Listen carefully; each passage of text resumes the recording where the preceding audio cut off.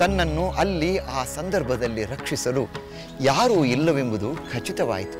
ಆಗಲೇ ಅದಕ್ಕೆ ಪೂರ್ವಜನ್ಮದ ತನ್ನ ಹರಿಭಕ್ತಿ ನೆನಪಿಗೆ ಬಂತು. ಕೂಡಲೇ ಕರುಣಾಮಯನಾದ ಶ್ರೀಮನ್ನಾರಾಯಣನನ್ನು ಕುರಿತು ತನ್ನನ್ನು ಕಾಪಾಡುವಂತೆ ಆರ್ತನಾಗಿ ಸ್ತೋತ್ರ ಮಾಡತೊಡಗಿದ.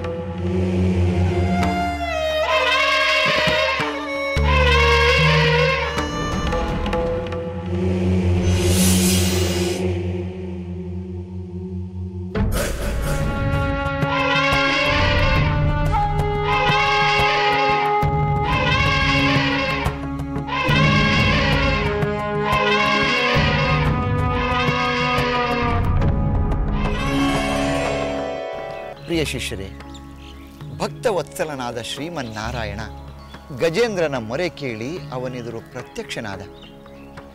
ಮೊಸಳೆಯ ಹಿಡಿತದಲ್ಲಿ ಅದು ಅನುಭವಿಸುತ್ತಿರುವ ಪ್ರಾಣ ಸಂಕಟವನ್ನು ತನ್ನ ಕಣ್ಣಾರೆ ನೋಡಿದ. ಆ ಕೂಡಲೇ ತನ್ನ ಸುದರ್ಶನ ಚಕ್ರವನ್ನು ಪ್ರಯೋಗಿಸಲು ಮುಂದಾದ.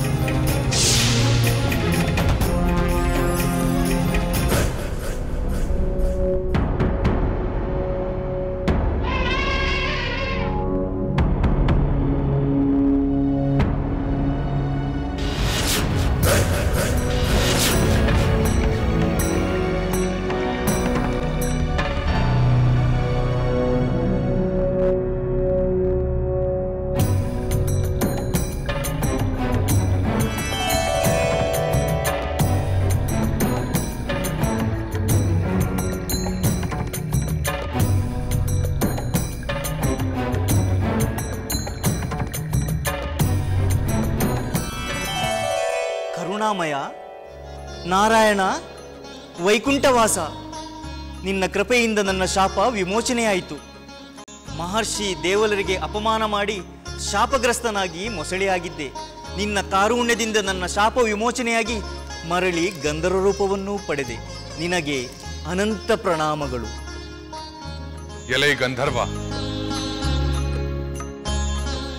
ಅಹಂಕಾರದಿಂದ ಮೋಹ ಮದಗಳಿಂದ ಸಜ್ಜನರಾದ ಮಹರ್ಷಿಗಳಿಗೆ ಅಪಚಾರ ಮಾಡಿದರೆ ಅದರ ಪರಿಣಾಮ ಏನಾಗುವುದೆಂದು ನಿನ್ನ ದುಷ್ಟಾಂತದಿಂದಲೇ ಲೋಕ ಅರಿತುಕೊಳ್ಳಲಿ. ಇನ್ನು ಮುಂದೆ ಆದರೂ ಇಂತಹ ಪಾಪ ಕಾರ್ಯಗಳಿಗೆ ಮನಸ್ಸು ಕೊಡದೆ ಪುಣ್ಯ ಕರ್ಮಗಳನ್ನು ಸಾಧಿಸು. ಕೃತಾರ್ಥನಾದೆ ತಂದೆ, ಕೃತಾರ್ಥನಾದೆ.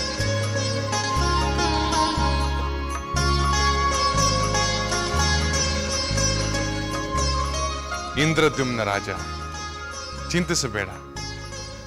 ನಿನ್ನ ಈ ಗಜ ಜನ್ಮ ಕಳೆದು ನಿನಗೆ ಸದ್ಗತಿ ದೊರೆಯುತ್ತದೆ. ಈ ಜನ್ಮದಲ್ಲಿ ನೀನು ಮಾಡಿದ ನನ್ನ ಸ್ತುತಿಯಿಂದ ನಾನು ಸುಪ್ರೀತನಾಗಿದ್ದೇನೆ. ನಾನು ನಿನಗೆ ಅನುಗ್ರಹ ಮಾಡುತ್ತೇನೆ.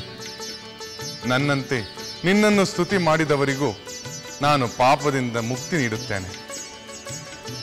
ಪುಣ್ಯ ತೀರ್ಥಗಳನ್ನು, ಧರ್ಮ ಗ್ರಂಥಗಳನ್ನು, ಸಕಲ ದೇವತೆಗಳನ್ನು ಸ್ಮರಿಸುವವರಿಗೆ ಒದಗುವ ಉತ್ತಮ ಗತಿ ನಿನ್ನನ್ನು ಸ್ಮರಿಸಿದವರಿಗೂ ಲಭಿಸುತ್ತದೆ. ನಿನಗೆ ಮಂಗಳವಾಗಲಿ.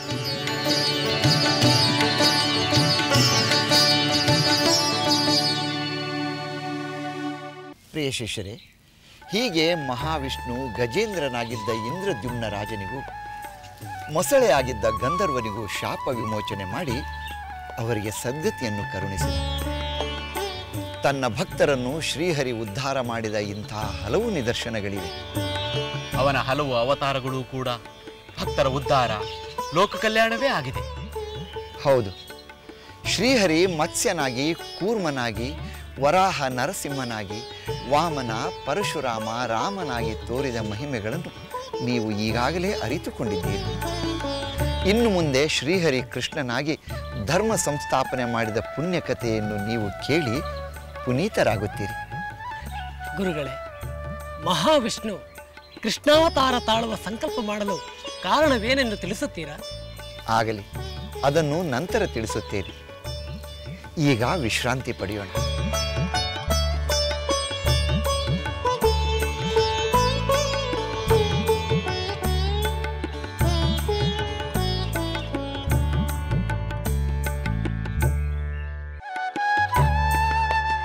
ಶಿಷ್ಯರೇ, 4 ಯುಗಗಳಲ್ಲೂ ಭೂದೇವಿ ನಿರಂತರವಾಗಿ ಜೀವಕೋಟಿಯನ್ನು ಸಲಹುತ್ತಿರುತ್ತಾಳೆ.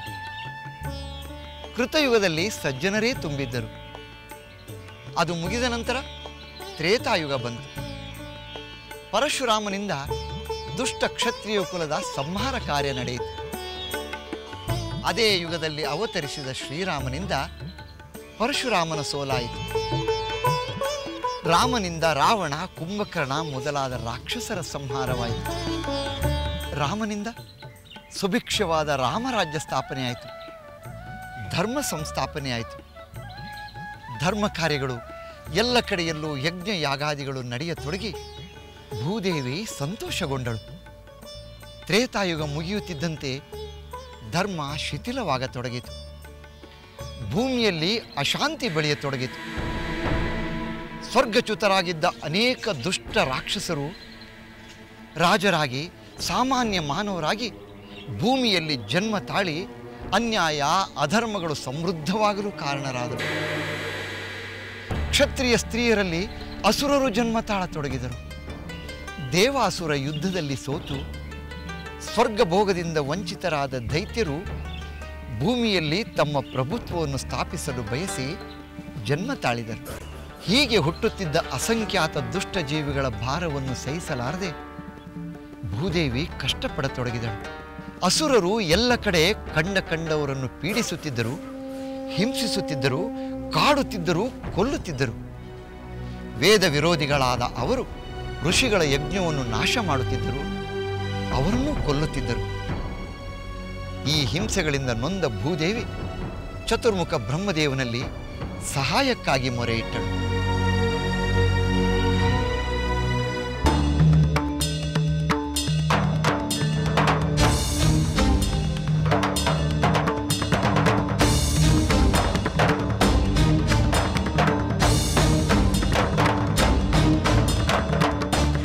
ಇಲ್ಲ ಇಲ್ಲ, ನಾನು ಸಹಿಸಲಾರೆ.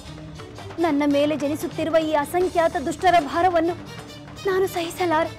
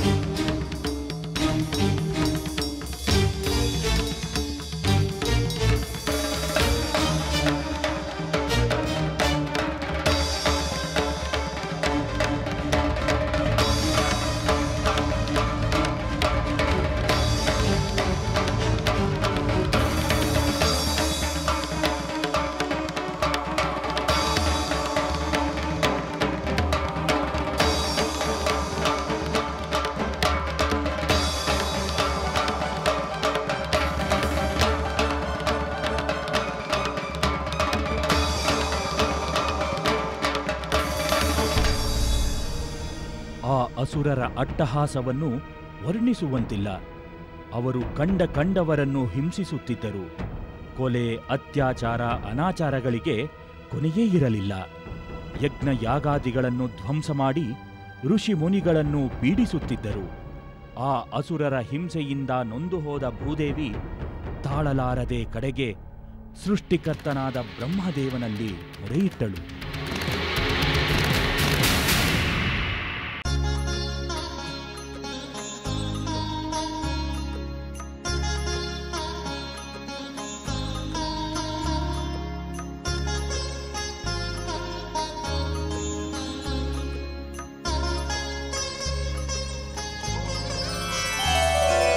पितामह पाहि मां रक्ष मां, पाहि मां रक्ष मां।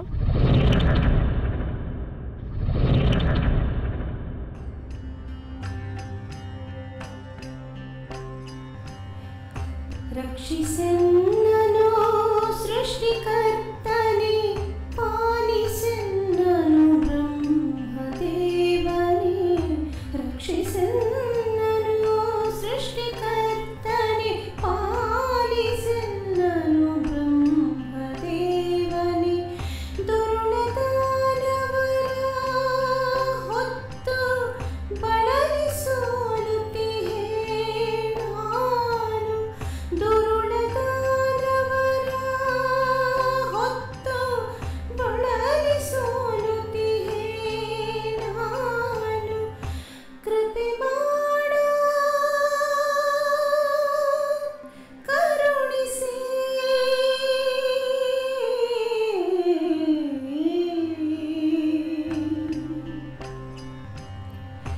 ರಕ್ಷಿಸೆನ್ನನು ಸೃಷ್ಟಿಕರ್ತನೆ, ಪಾಲಿಸೆನ್ನನು ಬ್ರಹ್ಮದೇವನೇ।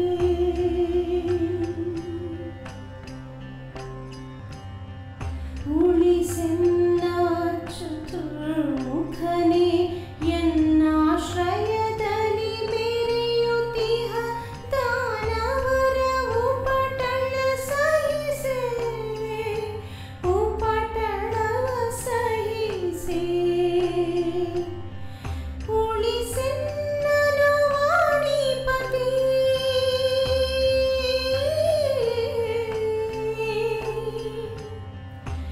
ಉಳಿಸೆನ್ನನು ವಾಣಿಪತಿ, ಕಮಲಾಸನನೇ ಕಾಪಾಡು ದೇವಾ, ಕಾಪಾಡು ದೇವಾ।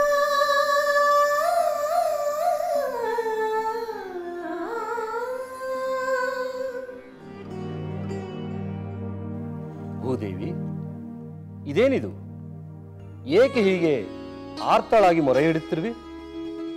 ಏನಾಯಿತು? ಯಾರಿಂದ ನಿನ್ನನ್ನು ರಕ್ಷಿಸಬೇಕು? ಯಾವ ಆಪತ್ತಿನ ಆತಂಕವನ್ನು ಹೊತ್ತು ಇಲ್ಲಿವರೆಗೂ ಧಾವಿಸಿ ಬಂದಿರುವೆ? ಪಿತಾಮಹ, ಸಕಲ ಚರಾಚರಗಳ ಸೃಷ್ಟಿಕರ್ತನಾದ ನಿನಗೆ ನನ್ನ ಸಂಕಟವೇನೆಂದು ತಿಳಿಯದೆ ಎಂಥ ಹಿಂಸೆಯಿಂದ ನಾನು ನೋಯುತ್ತಿರುವೆನೆಂದು ನಿನಗೆ ತಿಳಿದಿಲ್ಲವೇ ದೇವ?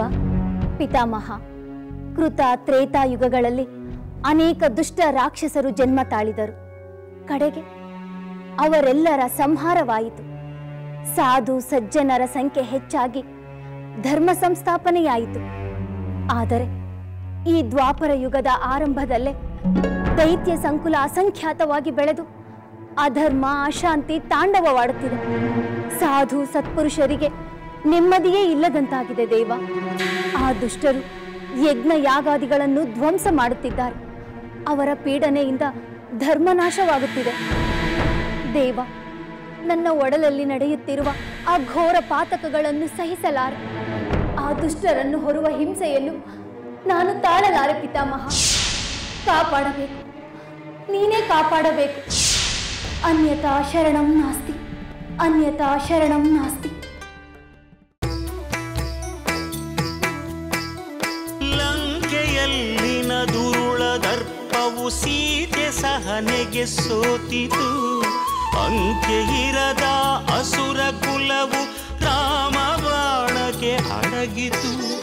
ದೂರವಿರಲಿ ಸನಿಹವಿರಲಿ ರಾಮ ಹೃದಯ ನಿವಾಸಿನಿ ಯುಗವು ಯುಗವು ಸಾಗಲಿ ಅಕಳಂಕ ಪ್ರೇಮ ಪ್ರಬೋಧಿನಿ ಅಮರ ಗಾಧೆ ಧರಣಿ ಜಾತೆ ಸಾಧ್ವೆ ಸೀತೆ ಸುಚರಿತೆ ಸಹನ ಶಕ್ತಿ ಪತಿಯ ಭಕ್ತಿ ಲೋಕಮಾನ್ಯ ವಂದಿತೆ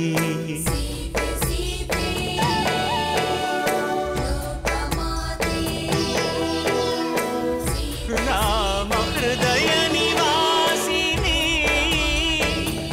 ಅಕಳಂಕ ಪ್ರೇಮ ಪ್ರಬೋಧಿನಿ ಸೀತೆ ಮಾತೆ